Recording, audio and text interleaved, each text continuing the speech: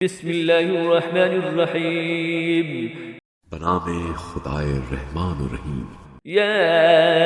ایہا المزمل قم اللیل الا قلیلا نصفه او انقص منه قلیلا او زد علیہ ورتل القرآن ترتیلا انا سنلقی علیک قولا ثقیلا۔ اے کپڑوں میں لپٹنے والے،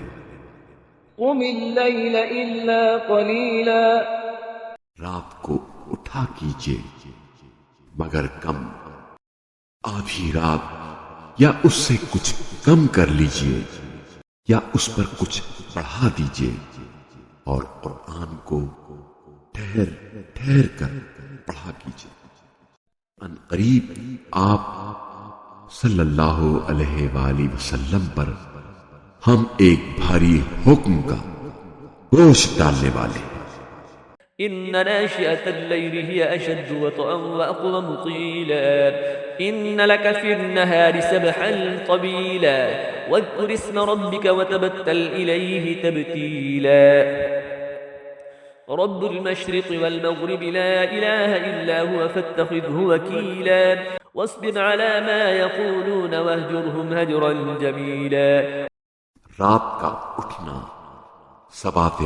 قدم کے اعتبار سے زیادہ محکم اور سنجیدہ کلام کے اعتبار سے زیادہ موزوں ہے۔ دن میں تو آپ صلی اللہ علیہ وآلہ وسلم کے لیے بہت سی مصروفیات ہیں، اور اپنے رب کے نام کا ذکر کیجئے اور سب سے بے نیاز ہو کر صرف اسی کی طرف متوجہ ہو جائے۔ وہ مشرق اور مغرب کا رب ہے، اس کے علاوہ کوئی معبود نہیں، لہذا اسی کو اپنا ضامن بنا لیجیے، اور جو کچھ یہ لوگ کہہ رہے ہیں اس پر صبر کیجیے اور شائستہ انداز میں ان سے دوری اختیار کیجیے۔ وذرني والمكذبين أولي النعمة ومهلهم قليلا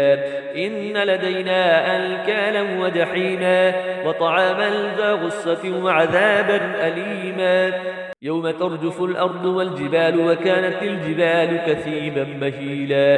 إنا أرسلنا إليكم رسولا شاهدا عليكم كما أرسلنا إلى فرعون رسولا۔ ان جھٹلانے والوں اور نعمتوں پر ناز کرنے والوں کو مجھ پر چھوڑ دیجئے اور انہیں تھوڑی مہلت دے دیجئے، یقیناً ہمارے پاس ان کے لیے بیڑیاں ہیں اور ایک سلگتی آگ ہے اور حلق میں پھنسنے والا کھانا ہے اور دردناک عذاب ہے۔ جس دن زمین اور پہاڑ کانپنے لگیں گے اور پہاڑ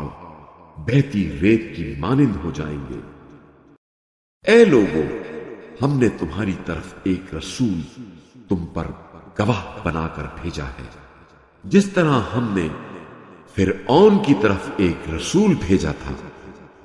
فعصى فرعون الرسول فأخذناه أخذا وبيلا فكيف تتقون إن كفرتم يوما يجعل البلدان شيبا السماء منفطر به كان وعده مفعولا إن هذه تذكرة فمن شاء اتخذ إلى ربه سبيلا إن ربك يعلم أنك تقوم أدنى من ثلثي الليل ونصفه